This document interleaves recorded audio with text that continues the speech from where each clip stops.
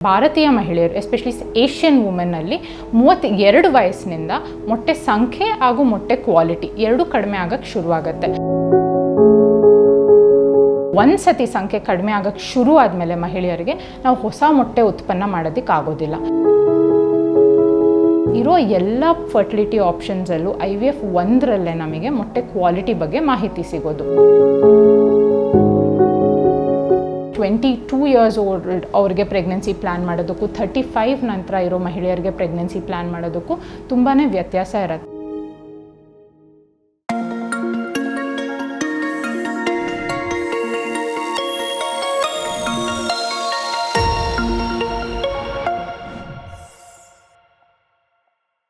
ನಮಸ್ತೆ, ನನ್ನ ಹೆಸರು doctor Deepti Venkatesh, fertility consultant at ಗರ್ಭಗುಡಿ IVF ಸೆಂಟರ್, ಜಯನಗರ್. ಇವತ್ತು ನಾವು 35 ವಯಸ್ಸು ದಾಟಿರುವ ಮಹಿಳೆಯರಲ್ಲಿ ಗರ್ಭಧಾರಣೆ ಬಗ್ಗೆ ಮಾತಾಡೋಣ. ಅಂದರೆ ಪ್ರೆಗ್ನೆನ್ಸಿ ಇನ್ women aged over 35 years. Normally ಏನಾಗುತ್ತೆ, ಮಹಿಳೆಯರು ಹುಟ್ಟುತ್ತಾನೆ ಅವರಿಗೆ ಎಲ್ಲ ಮೊಟ್ಟೆಗಳ ಸಂಖ್ಯೆ ಜೊತೆನೇ ಹುಟ್ಟಿರ್ತಾರೆ. ಮುಟ್ಟು ಶುರುವಾಗಿ ತಿಂಗಳ ಮುಟ್ಟು ಬರ್ತಾ ಇದ್ದಂಗೆಲ್ಲ ಆ ಮೊಟ್ಟೆಗಳಲ್ಲಿ ಕೆಲವು ಬಂದು ಒಂದು ದೊಡ್ಡದಾಗಿ 14 ದಿನ ಆದ ನಂತರ ಬಿಡುಗಡೆ ಆಗಿ ಯಾವುದೇ ಕಾರಣಕ್ಕೆ ಪ್ರೆಗ್ನೆನ್ಸಿ ಆಗಲಿಲ್ಲ ಅಂದರೆ ನೆಕ್ಸ್ಟ್ ಮುಟ್ಟು ಬರ್ತಾ ಹೋಗುತ್ತೆ. ಈ ರೀತಿ ತಿಂಗಳ ಕಳೆದಂಗೆಲ್ಲ ಮೊಟ್ಟೆ ಸಂಖ್ಯೆ ಕಡಿಮೆ ಆಗ್ತಾನೆ ಹೋಗುತ್ತೆ. ಸೊ ನಾವು ಇನ್ನೊಂದೇನು ನೋಟಿಸ್ ಮಾಡಿದ್ದೀವಿ ಅಂದರೆ ಭಾರತೀಯ ಮಹಿಳೆಯರು ಎಸ್ಪೆಷಲಿ ಏಷ್ಯನ್ ವುಮೆನ್ನಲ್ಲಿ 32 ವಯಸ್ಸಿನಿಂದ ಮೊಟ್ಟೆ ಸಂಖ್ಯೆ ಹಾಗೂ ಮೊಟ್ಟೆ ಕ್ವಾಲಿಟಿ ಎರಡೂ ಕಡಿಮೆ ಆಗಕ್ಕೆ ಶುರುವಾಗುತ್ತೆ. ಇನ್ನು ವೆಸ್ಟರ್ನ್ ಕೌಂಟರ್ ಪಾರ್ಟ್ಸಲ್ಲಿಗಿಂತ ನಮಗೆ 6 ವರ್ಷದ ಮುಂಚೆಯಿಂದನೇ ಮೊಟ್ಟೆ ಸಂಖ್ಯೆ ಮತ್ತು ಮೊಟ್ಟೆ ಕ್ವಾಲಿಟಿ ಕಡಿಮೆ ಆಗೋಕ್ಕೆ ಶುರುವಾಗುತ್ತೆ. ಸೊ ಯೂಶ್ವಲಿ ನಾವೇನು ಹೇಳ್ತೀವಿ ಅಂದರೆ, ನೋಡಿರೋ ಪ್ರಕಾರ 21ರಿಂದ 30 ವಯಸ್ಸು ಒಳಗಡೆ ಮ್ಯಾಕ್ಸಿಮಮ್ ಫರ್ಟಿಲಿಟಿ ಪೊಟೆನ್ಷಿಯಲ್ ಇರುತ್ತೆ.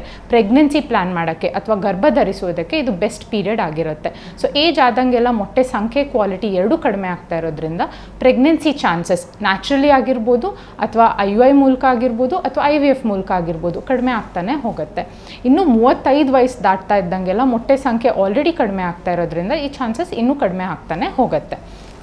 ಯೂಶ್ವಲಿ ನಾವು ಮದುವೆ ಆಗಿರೋ ದಂಪತಿಗಳಿಗೆ 1 ವರ್ಷದ ಕಾಲ ಯಾವುದೇ ಗರ್ಭನಿರೋಧ ಪದ್ಧತಿ ಯೂಸ್ ಮಾಡ್ದಂಗೆ ನಿಯಮಿತವಾಗಿ ಅವ್ರು ಸೇರಿದಾಗ 1 ವರ್ಷದ ಕಾಲ ಪ್ರೆಗ್ನೆನ್ಸಿ ಆಗಲಿಲ್ಲ ಅಂದರೆ ಸಂತಾನೋತ್ಪತ್ತಿ ತಜ್ಞರನ್ನು ಅಥವಾ ಫರ್ಟಿಲಿಟಿ ಸ್ಪೆಷಲಿಸ್ಟ್ನ ಬಂದು ಮೀಟ್ ಮಾಡೋದಕ್ಕೆ ಹೇಳ್ತೀವಿ. ಆದರೆ 35 ವಯಸ್ಸು ದಾಟಿರೋ ಮಹಿಳೆಯರಿಗೆ ಈ ಕಾಲ ನಾವು ಶಾರ್ಟನ್ ಮಾಡ್ತೀವಿ. ಅಂದರೆ 6 ತಿಂಗಳ ಕಾಲ ಈ ಥರ ಟ್ರೈ ಮಾಡಿ ಕೂಡ ಅವರಿಗೆ ಗರ್ಭಧಾರಣೆ ಆಗಿಲ್ಲ, ಪ್ರೆಗ್ನೆನ್ಸಿ ಪಾಸಿಟಿವ್ ಬಂದಿಲ್ಲ ಅಂದರೆ ಯಾವುದಾದ್ರೂ ಒಂದು ಫರ್ಟಿಲಿಟಿ ಸ್ಪೆಷಲಿಸ್ಟ್ನ ಹೋಗಿ ಮೀಟ್ ಮಾಡೋದಕ್ಕೆ ಹೇಳ್ತೀವಿ. ಅಥವಾ ಅವ್ರಿಗೆ ಆಲ್ರೆಡಿ ಋತುಚಕ್ರ ಇರ್ರೆಗ್ಯುಲರ್ ಆಗಿದೆ ಅಥವಾ ಬೇರೆ ಏನೋ ತೊಂದರೆ ಇದೆ, ಮುಂಚೆನೇ ಯಾವಾಗಾದರೂ ಟೆಸ್ಟ್ ಮಾಡಿಸಿದಾಗ ಗರ್ಭನಾಳದಲ್ಲಿ ಬ್ಲಾಕ್ ಇರೋದು ಅಥವಾ ಮೇಲ್ ಪಾರ್ಟ್ನರ್ ಅಂದರೆ ಗಂಡಸರಿಗೆ ವೀರ್ಯಾಣು ಪರೀಕ್ಷೆಯಲ್ಲಿ ಏನಾದರೂ ತೊಂದರೆ ಇರೋದು ಆಲ್ರೆಡಿ ಗೊತ್ತಿದ್ದರೆ ಆ 6 ತಿಂಗಳ ಕಾಲ ಕೂಡ ವೆಯ್ಟ್ ಮಾಡ್ದಂಗೆ ಬಂದು ತೋರಿಸ್ಕೊಳ್ಳೋದಕ್ಕೆ ಹೇಳ್ತೀವಿ. ಏನು ಕಾರಣ ಇಷ್ಟು ಬೇಗ ಬಂದು ತೋರಿಸ್ಕೊಳ್ಳೋದಕ್ಕೆ? ನಮ್ಗೆ ಈಗಷ್ಟೇ ಮದುವೆ ಆಗಿದೆ ಅಥವಾ ಯಾವುದೇ ಕಾರಣದಿಂದ ನಾವು ಪ್ರೆಗ್ನೆನ್ಸಿ ಲೇಟ್ ಮಾಡಿದ್ದೀವಿ, ಇಷ್ಟು ಬೇಗ ನಾವು ಟ್ರೈಯೇ ಮಾಡಿಲ್ಲ, ಇಷ್ಟು ಬೇಗ ಯಾಕೆ ಬಂದು ತೋರಿಸ್ಕೋಬೇಕು ಅಂದರೆ ಕಾರಣ ಇದೆ. ಆಲ್ರೆಡಿ ಸಂಖ್ಯೆ ಕಡಿಮೆ ಆಗ್ತಾ ಇರುತ್ತೆ. ಆ್ಯಂಡ್ ಒಂದ್ಸತಿ ಸಂಖ್ಯೆ ಕಡಿಮೆ ಆಗೋಕ್ಕೆ ಶುರು ಆದಮೇಲೆ ಮಹಿಳೆಯರಿಗೆ ನಾವು ಹೊಸ ಮೊಟ್ಟೆ ಉತ್ಪನ್ನ ಮಾಡೋದಕ್ಕೆ ಆಗೋದಿಲ್ಲ. ಏನು ಮೊಟ್ಟೆ ಸಂಖ್ಯೆ ಇದೆ ಅಥವಾ ಏನು ಎಗ್ ರಿಸರ್ವ್ ಇದೆ ಅದರಲ್ಲೇ ನಾವು ಏನು ಬೆಸ್ಟ್ ಸಕ್ಸಸ್ ಕೊಡ್ಬೋದು ಅಥವಾ ಏನು ಬೆಸ್ಟ್ ಪ್ಲ್ಯಾನ್ ಮಾಡ್ಬೋದು ಅಷ್ಟೇ ಮಾಡಲಿಕ್ಕೆ ಸಾಧ್ಯ ಆಗುತ್ತೆ. ಆದರೆ ಮೊಟ್ಟೆ ಕ್ವಾಲಿಟಿನ ಇಂಪ್ರೂವ್ ಮಾಡೋದಕ್ಕೆ ನಾವು ಮೆಡಿಸಿನ್ಸ್ ಕೊಡ್ತಾ ಹೋಗ್ಬೋದು. ಸೊ ಯೂಶ್ವಲಿ ನಾವು ಏನು ಹೇಳ್ತೀವಿ ಅಂದರೆ 2ನೇ-3ನೇ ದಿನ ಮುಟ್ಟಾಗಿದೆ 2ನೇ-3ನೇ ದಿನ ಬಂದು ದಂಪತಿಗಳಾಗಿ ಅಂದರೆ ಮಹಿಳೆಯರು ಪ್ಲಸ್ ಅವ್ರ ಗಂಡಸರು ಇಬ್ಬರು ಒಟ್ಟಿಗೆ ಬಂದು ಒಂದು ಫರ್ಟಿಲಿಟಿ ಸ್ಪೆಷಲಿಸ್ಟ್ನ ಕನ್ಸಲ್ಟ್ ಮಾಡಿದಾಗ ನಾವು ಒಂದು ಸ್ಕ್ಯಾನ್ ಮಾಡಿ ನೋಡ್ತೀವಿ. ಅದರಲ್ಲಿ ನಮಗೆ ಗರ್ಭಕೋಶದ ಬಗ್ಗೆ, ಗರ್ಭಕೋಶದ ಪದರದ ಬಗ್ಗೆ, ಅಂಡಾಶಯ ಅಂದರೆ ಓವರೀಸ್ ಬಗ್ಗೆ ಆ್ಯಂಡ್ ಅಂಡಾಶಯಲ್ಲಿರೋ ಫಾಲಿಕಲ್ಸ್ ಮೊಟ್ಟೆ ಸಂಖ್ಯೆ ಬಗ್ಗೆ ಎಲ್ಲ ಮಾಹಿತಿ ಸಿಗುತ್ತೆ. ಗರ್ಭನಾಳ ಅನ್ನೋದು ನಮಗೆ ಸ್ಕ್ಯಾನಲ್ಲಿ ಕಾಣಿಸ್ಕೊಳ್ಳೋದಿಲ್ಲ, ಅದನ್ನು ಟೆಸ್ಟ್ ಮಾಡೋದಕ್ಕೆ ಬೇರೆ ಟೆಸ್ಟ್ ಇರುತ್ತೆ. ಸೊ ಇಷ್ಟು ನೋಡ್ಕೊಂಡ್ಮೇಲೆ ಮೊಟ್ಟೆ ಸಂಖ್ಯೆ ಸರಿಯಾಗಿದೆ ಅವ್ರ ವಯಸ್ಸಿಗೆ ಅಂದರೆ 35 ವಯಸ್ಸಿಗೆ ನಾವು ಎರಡೂ ಕಡೆ ಅಟ್ಲೀಸ್ಟ್ 6ರಿಂದ 8 ಈ ಮೊಟ್ಟೆ ಸಂಖ್ಯೆನ ಎಕ್ಸ್ಪೆಕ್ಟ್ ಮಾಡ್ತೀವಿ. ಇದು ಸರಿಯಾಗಿದೆ ಅಂದಾಗ ನಾವು ಗಂಡಸರಿಗೆ ವೀರ್ಯ ಪರೀಕ್ಷೆ ಮಾಡಿಸ್ಕೊಳ್ಳೋದಕ್ಕೆ ಹೇಳ್ತೀವಿ. ಆ ವೀರ್ಯ ಪರೀಕ್ಷೆಯಲ್ಲಿ ನಾವು ವೀರ್ಯದು ಸಂಖ್ಯೆ ಅಂದರೆ ಕೌಂಟ್, ಚಲನೆ ಅಂದರೆ ಮೋಟಿಲಿಟಿ ಆ್ಯಂಡ್ ಆಕಾರ ಅಂದರೆ ಶೇಪ್, ವೀರ್ಯದಕ್ಕೆ ಒಂದು ಹೆಡ್, ನೆಕ್, ಟೇಲ್ ಇರುತ್ತೆ. ಇದು ಎಲ್ಲದ್ರ ಬಗ್ಗೆ ಮಾಹಿತಿ ತಿಳ್ಕೊಂಡು ಒಂದು ರಿಪೋರ್ಟ್ ಕೊಡ್ತೀವಿ. ಸೊ ಈ ಮಹಿಳೆಯರಿಗೂ ಮೊಟ್ಟೆ ಸಂಖ್ಯೆ ಅವ್ರ ವಯಸ್ಸಿಗೆ ಚೆನ್ನಾಗಿದ್ದು ಆ್ಯಂಡ್ ಗಂಡಸರದು ಕೂಡ ವೀರ್ಯ ಸಂಖ್ಯೆ ಆಕಾರ ಚಲನೆ ಎಲ್ಲ ಚೆನ್ನಾಗಿದ್ದಾಗ ನೆಕ್ಸ್ಟು ನಾವು ಗರ್ಭನಾಳದ ಟೆಸ್ಟ್ ಮಾಡ್ಕೊಳ್ತೀವಿ. ಎಲ್ಲ ಸರಿ ಇದ್ದ ಕಾಲದಕ್ಕೆ ನಾವು ಯಾವ ಟೈಮಲ್ಲಿ ಸೇರಬೇಕು ಅಥವಾ ಮೊಟ್ಟೆ ಬೆಳೀತಾ ಇಲ್ಲ, ಇರ್ರೆಗ್ಯುಲರ್ ಸೈಕಲ್ಸ್ ಇದೆ ಅಂದರೆ ಮೊಟ್ಟೆ ಬೆಳೆಸ್ಬಿಟ್ಟು ಯಾವ ಟೈಮಲ್ಲಿ ಸೇರಬೇಕು ಅನ್ನೋದನ್ನು ಮಾತ್ರ ಹೇಳ್ತೀವಿ. ಈ ಥರ ಟ್ರೈ ಮಾಡಿದಾಗೂ ಸಕ್ಸಸ್ ಸಿಕ್ಕಿಲ್ಲ ಅಂದಾಗ ಹೈಯರ್ ಲೆವೆಲ್ ಟ್ರೀಟ್ಮೆಂಟ್ಸ್ಗೆ ಹೋಗ್ತೀವಿ. ಸೊ ನಾವು 35 ವರ್ಷದ ಮಹಿಳೆಯರಲ್ಲಿ ತುಂಬ ಟೈಮು 3 ವರ್ಷ 4 ವರ್ಷ ಬರೀ ಸಿಂಪಲ್ ಟ್ರೀಟ್ಮೆಂಟ್ಸಲ್ಲಿ ಅಥವಾ ನ್ಯಾಚುರಲಾಗಿ ಟ್ರೈ ಮಾಡಿ ಅಂತ ವೇಸ್ಟ್ ಮಾಡಿದಾಗ ಅವ್ರಿಗೆ ಇರೋ ಮೊಟ್ಟೆ ಸಂಖ್ಯೆ ಕೂಡ ಖಾಲಿ ಆದರೆ ನಮಗೆ ಹೈಯೆಸ್ಟ್ ಲೆವೆಲ್ ಅಂದರೆ IVF ಟ್ರೀಟ್ಮೆಂಟಿಗೆ ಹೋದಾಗ ಕೂಡ ಸಕ್ಸಸ್ ಕಡಿಮೆ ಆಗುತ್ತೆ. ಸೊ ಈ ಕಾರಣದಿಂದ ಇದೆಲ್ಲ ಅಸೆಸ್ ಮಾಡಿಬಿಟ್ಟು ಬ್ಲಡ್ ಟೆಸ್ಟ್ ಮಾಡಿಸಿ ಅದರ ರಿಸಲ್ಟ್ ಪ್ರಕಾರ ನಾವು ಅವ್ರಿಗೆ ಪ್ರೆಗ್ನೆನ್ಸಿ ಪ್ಲ್ಯಾನ್ ಮಾಡೋಕ್ಕೆ ಹೆಲ್ಪ್ ಮಾಡ್ತೀವಿ. ಹೆಲ್ಪ್ ಅಂದರೆ ಯಾವ ರೀತಿ ಇರುತ್ತೆ? ಇವಾಗ ನಾನು ಆಲ್ರೆಡಿ ಹೇಳ್ದಂಗೆ ಅವ್ರಿಗೆ ಋತುಚಕ್ರ ರೆಗ್ಯುಲರ್ ಆಗಿದ್ದು ಮೊಟ್ಟೆ ಬೆಳೆದು ಬಿಡುಗಡೆ ಆಗ್ತಾಯಿದ್ರೆ ಯಾವ ಟೈಮಲ್ಲಿ ಸೇರಬೇಕು ಅನ್ನೋದನ್ನು ತಿಳಿಸ್ಕೊಡ್ತೀವಿ. ಇದ್ರ ಜೊತೆ ಮೊಟ್ಟೆ ಕ್ವಾಲಿಟಿ ಇಂಪ್ರೂವ್ ಆಗೋದಕ್ಕೆ ಮೆಡಿಸಿನ್ಸ್ ಹಾಕ್ಕೊಡ್ತೀವಿ. ಸೊ ಈ ಥರ ಅವರಿಗೆ ಪ್ರೆಗ್ನೆನ್ಸಿಯಲ್ಲಿ ಸಕ್ಸಸ್ ರೇಟ್ ಸಿಕ್ಕಿಲ್ಲ ಅಂದಾಗ ನೆಕ್ಸ್ಟ್ ಲೆವೆಲ್ ಟ್ರೀಟ್ಮೆಂಟಿಗೆ ಹೋಗ್ತೀವಿ. ಮೊಟ್ಟೆ ಸಂಖ್ಯೆ ಚೆನ್ನಾಗಿದ್ದು ವೀರ್ಯ ಕೌಂಟ್ 10 ಅಥವಾ 15 ಮಿಲಿಯನ್ಗಿಂತ ಜಾಸ್ತಿ ಇದ್ದು ಚಲನೆ ಆಕಾರ ನಾರ್ಮಲ್ ಇದ್ದವ್ರಿಗೆ ಆ್ಯಂಡ್ ಗರ್ಭನಾಳ ಟೆಸ್ಟ್ ಮಾಡಿ ಓಪನ್ ಇದ್ದವ್ರಿಗೆ IUI ಅನ್ನೋ ಆಪ್ಷನ್ ಕೊಡ್ತೀವಿ. ಈ ಆಪ್ಷನ್ ಏನಪ್ಪ ಅಂದರೆ ನಾರ್ಮಲಿ ಸೇರಿದಾಗ ವೀರ್ಯ ಬಂದು ವೆಜೈನಲ್ಲಿ ಡೆಪಾಸಿಟ್ ಆಗುತ್ತೆ, ಅಲ್ಲಿಂದ ಹೋಗಿ ಅದು ಗರ್ಭಕೋಶದ ಮೂಲಕ ಹೋಗಿ ಗರ್ಭನಾಳದಲ್ಲಿರೋ ಮೊಟ್ಟೆನ ಮೀಟ್ ಮಾಡಿದಾಗ ಭ್ರೂಣ ಆಗುತ್ತೆ. ಆ ಭ್ರೂಣ 2 ದಿನ ಗರ್ಭನಾಳದಲ್ಲೇ ಬೆಳ್ಕೊಂಡು ಆಮೇಲೆ ಗರ್ಭಕೋಶಕ್ಕೆ ಬಂದು ಅಂಟ್ಕೊಳ್ಳುತ್ತೆ. ಸೊ ನಾವು ಈ IUIಯಲ್ಲಿ ಏನು ಮಾಡ್ತೀವಪ್ಪ ಅಂದರೆ ಆ ವೀರ್ಯದು ಸ್ಯಾಂಪಲ್ ತಗೊಂಡು ಮೊಟ್ಟೆ ಬಿಡುಗಡೆ ಆಗೋ ಟೈಮಿಗೆ ಡೈರೆಕ್ಟ್ಲಿ ಅದನ್ನು ಪ್ರಾಸೆಸ್ ಮಾಡಿ ಅಂದರೆ ಸತ್ತಿರೋ ವೀರ್ಯಾಣು ಎಲ್ಲ ತೆಗೆದು ಒಳ್ಳೆ ಚಲನೆ ವೀರ್ಯಾಣು ಇರೋದನ್ನು ಮಾತ್ರ ಫಿಲ್ಟರ್ ಮಾಡಿಬಿಟ್ಟು ಗರ್ಭಕೋಶದೊಳಗಡೆ ಡೈರೆಕ್ಟಾಗಿ ಪ್ಲೇಸ್ ಮಾಡ್ತೀವಿ. ಇದನ್ನು ನಾವು ಇಂಟ್ರಾಯೂಟ್ರೈನ್ ಇನ್ಸೆಮಿನೇಷನ್ ಅಥವಾ IUI ಅಂತ ಕರಿತೀವಿ. ಸೊ ಈ ಥರ ಪ್ಲೇಸ್ ಮಾಡಿದಾಗ ಒಂದು ಸತ್ತಿರೋ ವೀರ್ಯಾಣು ಚಲನೆ ಚೆನ್ನಾಗಿಲ್ಲದೆ ಇರೋ ವೀರ್ಯಾಣು ಎಲ್ಲ ಫಿಲ್ಟರ್ ಔಟ್ ಆಗುತ್ತೆ. ಸೆಕೆಂಡ್, ಅದು ವೀರ್ಯಾಣು ಟ್ರಾವೆಲ್ ಮಾಡಬೇಕಾಗಿರೋ ಡಿಸ್ಟೆನ್ಸ್ ಕೂಡ ಕಡಿಮೆ ಆಗುತ್ತೆ. ಸೊ ಇದರಲ್ಲಿ ನ್ಯಾಚುರಲ್ ಆಗಿ ಟ್ರೈ ಮಾಡೋದಕ್ಕಿಂತ ಪ್ರೆಗ್ನೆನ್ಸಿ ಚಾನ್ಸಸ್ ಹೆಚ್ಚಾಗಿರುತ್ತೆ. ನ್ಯಾಚುರಲಿ ಟ್ರೈ ಮಾಡುವಾಗ ಒಂದು 4 to 6% ಪ್ರೆಗ್ನೆನ್ಸಿ ಚಾನ್ಸಸ್ ಅಂದರೆ 100 ದಂಪತಿಗಳು ಟ್ರೈ ಮಾಡಿದಾಗ ಒಂದು 4 ರಿಂದ 6 ದಂಪತಿಗಳು ಆ ತಿಂಗಳು ಪ್ರೆಗ್ನೆನ್ಸಿ ಪಡ್ಕೋಬಹುದು. ಆದರೆ IUIಯಲ್ಲಿ ಟ್ರೈ ಮಾಡಿದಾಗ 15 to 18% ಪ್ರೆಗ್ನೆನ್ಸಿ ಚಾನ್ಸಸ್ ಇರುತ್ತೆ. ಸೊ ಈ ಥರ ಟ್ರೈ ಮಾಡಿದಾಗೂ ಕೂಡ ಸಕ್ಸಸ್ ಸಿಕ್ಕಿಲ್ಲ ಅಂದಾಗ ನಾವು ನೆಕ್ಸ್ಟ್ ಲೆವೆಲ್ ಟ್ರೀಟ್ಮೆಂಟ್ನ ಸಜೆಸ್ಟ್ ಮಾಡ್ತೀವಿ. ಏನದು ನೆಕ್ಸ್ಟ್ ಲೆವೆಲ್ ಟ್ರೀಟ್ಮೆಂಟ್ ಅಂದರೆ IVF. ಇದರಲ್ಲಿ ನಾನು ಇವಾಗ ನ್ಯಾಚುರಲ್ ಪ್ರೆಗ್ನೆನ್ಸಿ ಹೆಂಗಾಗುತ್ತೆ ಅಂತ ವಿವರಿಸಿದೆ. ಸೊ IVFಲ್ಲಿ ನಾವೇನು ಮಾಡ್ತೀವಿ, ಯೂಶ್ವಲಿ 2ನೇ 3ನೇ ದಿನ ಸ್ಕ್ಯಾನ್ ಮಾಡಿಬಿಟ್ಟು 10 ರಿಂದ 12 ದಿನ ಹಾರ್ಮೋನಲ್ ಇಂಜೆಕ್ಷನ್ಸ್, ಹೆಂಗಸರಿಗೆ ಉತ್ಪನ್ನ ಆಗೋ ಹಾರ್ಮೋನ್ಸ್ ಏನಿರುತ್ತೆ FSH LH ಅದನ್ನೇ ನಾವು ಇಂಜೆಕ್ಷನ್ಸ್ ಮೂಲಕ ಎಕ್ಸ್ಟರ್ನಲಿ ಕೊಟ್ಕೊಳ್ತಾ ಹೋಗ್ತೀವಿ. 8 ರಿಂದ 12 ದಿನ ಇಂಜೆಕ್ಷನ್ಸ್ ಇರುತ್ತೆ ಆ್ಯಂಡ್ ಮಧ್ಯದಲ್ಲಿ ಸ್ಕ್ಯಾನ್ಸ್ ಮಾಡ್ತಾ ನೋಡ್ತಾ ಇರ್ತೀವಿ. ಎಲ್ಲ ಮೊಟ್ಟೆಗಳು 18 ಮಿಲಿಮೀಟರ್ ದಾಟಿದ ನಂತರ ಫೈನಲ್ ಟ್ರಿಗರ್ ಇಂಜೆಕ್ಷನ್ ಅನ್ನೋದು ಒಂದು ಕೊಡ್ತೀವಿ. ಅದು ಏನಕ್ಕೆ ಹೆಲ್ಪ್ ಆಗುತ್ತೆ? ಫೈನಲ್ ಮೆಚುರೇಷನ್ ಆಫ್ ದ ಎಗ್ಸಿಗೆ ಹೆಲ್ಪ್ ಆಗುತ್ತೆ. ಇದು ಆದ ನಂತರ 34 hours ಲೇಟರ್ ನಾವು OTಯಲ್ಲಿ ಅನೆಸ್ಥೀಷಿಯಾ ಕೊಟ್ಬಿಟ್ಟು ಈ ಮೊಟ್ಟೆಗಳನ್ನ ಆಚೆ ತೆಗಿತೀವಿ. ಸೊ ಈ ಥರ ತೆಗೆದ ಮೊಟ್ಟೆಗಳಿಗೆ ಮೈಕ್ರೋಸ್ಕೋಪ್ ಕೆಳಗಡೆ ನೋಡಿಬಿಟ್ಟು ಕ್ವಾಲಿಟಿ ಕೂಡ ಅಸೆಸ್ ಮಾಡ್ತೀವಿ. ಇರೋ ಎಲ್ಲ ಫರ್ಟಿಲಿಟಿ ಆಪ್ಷನ್ಸಲ್ಲೂ IVF 1ರಲ್ಲೇ ನಮಗೆ ಮೊಟ್ಟೆ ಕ್ವಾಲಿಟಿ ಬಗ್ಗೆ ಮಾಹಿತಿ ಸಿಗೋದು.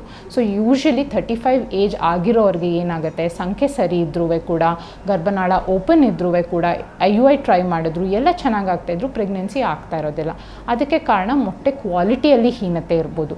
ಸೊ ಈ ಪ್ರೊಸೀಜರ್ ಮಾಡಿದಾಗ ನಮ್ಗೆ ಅದ್ರ ಬಗ್ಗೆ ಕೂಡ ಮಾಹಿತಿ ಸಿಗುತ್ತೆ. ಆ್ಯಂಡ್ ಈ ಥರ ಒಳ್ಳೆ ಕ್ವಾಲಿಟಿ ಮೊಟ್ಟೆಗಳು ಅಥವಾ ಮೆಚೂರ್ ಮೊಟ್ಟೆಗಳು ಏನು ಸಿಕ್ಕಿರುತ್ತೆ ಅದಕ್ಕೆ ನಾವು ಡೈರೆಕ್ಟ್ಲಿ ವೀರ್ಯಾಣುನ ಇಂಜೆಕ್ಟ್ ಮಾಡ್ತೀವಿ. ಸೊ ಗರ್ಭನಾಳದಲ್ಲಿ ಏನು ಪ್ರೊಸೀಜರ್ ಆಗುತ್ತೆ, ಯೂಶ್ವಲಿ ಮೊಟ್ಟೆ ಹೋಗಿ ವೀರ್ಯನ ಸೇರೋದು, ಭ್ರೂಣ ಆಗೋದು, ಬೆಳೆಯೋದು ಅದೆಲ್ಲ ನಾವು ಆಚೆ ಲ್ಯಾಬಲ್ಲೇ ಮಾಡ್ತೀವಿ. ಸೊ ಈ ಥರ ಭ್ರೂಣಗಳಾಗಿರೋದನ್ನು ನಾವು 3 ರಿಂದ 5 ದಿನ ಲ್ಯಾಬಲ್ಲಿ ಬೆಳೆಸ್ಕೊಳ್ತೀವಿ. ಆ್ಯಂಡ್ ಚೆನ್ನಾಗಿರೋ ಭ್ರೂಣಗಳನ್ನ ತೆಗೆದು ವಾಪಸ್ ಗರ್ಭಕೋಶಕ್ಕೆ ಹಾಕ್ತೀವಿ. ಈ ಥರ ಹಾಕಿದಾಗ ಗರ್ಭಕೋಶಕ್ಕೆ ಕೊರ್ಕೊಳ್ತಾ ಹೋಗಿ ಅದರಿಂದ ಬ್ಲಡ್ ಸಪ್ಲೈ ತೊಗೊಂಡು ನೆಕ್ಸ್ಟ್ 15 ಡೇಸಲ್ಲಿ ನಮಗೆ ಪ್ರೆಗ್ನೆನ್ಸಿ ಪಾಸಿಟಿವ್ ರಿಸಲ್ಟ್ ಬರುತ್ತೆ. ಸೊ ಈ ಥರ IVF ಮಾಡಿದ ಮೂಲಕ ನಮಗೆ ಸಕ್ಸಸ್ ರೇಟ್ ಆಲ್ಮೋಸ್ಟ್ 60%ಕ್ಕಿಂತ ಹೆಚ್ಚಾಗಿ ಸಿಗುತ್ತೆ. ಸೊ 35 ಇಯರ್ಸ್ ಆದ ನಂತರ ಇರೋ ಮಹಿಳೆಯರಿಗೆ ಇದು ಒಳ್ಳೆ ಆಪ್ಷನ್ ಆಗಿರುತ್ತೆ.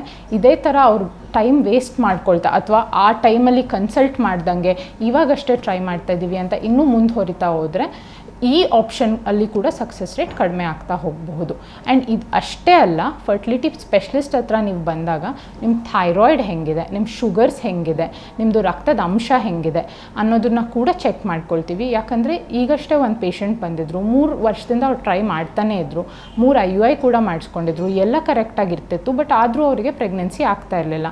ಏನಕ್ಕಪ್ಪ ಅಂತ ನಾವು ಬೇಸಿಕ್ ಟೆಸ್ಟ್ ಮಾಡಿ ನೋಡಿದಾಗ ಗರ್ಭಕೋಶದ ಚೆನ್ನಾಗಿತ್ತು, ಗರ್ಭಕೋಶದ ಪದರ ಚೆನ್ನಾಗಿತ್ತು, ಮೊಟ್ಟೆ ಸಂಖ್ಯೆ ಕೂಡ ಚೆನ್ನಾಗಿತ್ತು, ವೀರ್ಯ ಕೌಂಟ್, ಚಲನೆ, ಆಕಾರ ಇವೆಲ್ಲನೂ ನಾರ್ಮಲ್ ಆಗಿತ್ತು. ಬಟ್ ಥೈರಾಯ್ಡ್ ಟೆಸ್ಟ್ ಮಾಡಿಸಿ ನೋಡಿಸಿದಾಗ ಥೈರಾಯ್ಡ್ ಹಾರ್ಮೋನ್ ಲೆವೆಲ್ ಆಲ್ಮೋಸ್ಟ್ 8 ಇತ್ತು.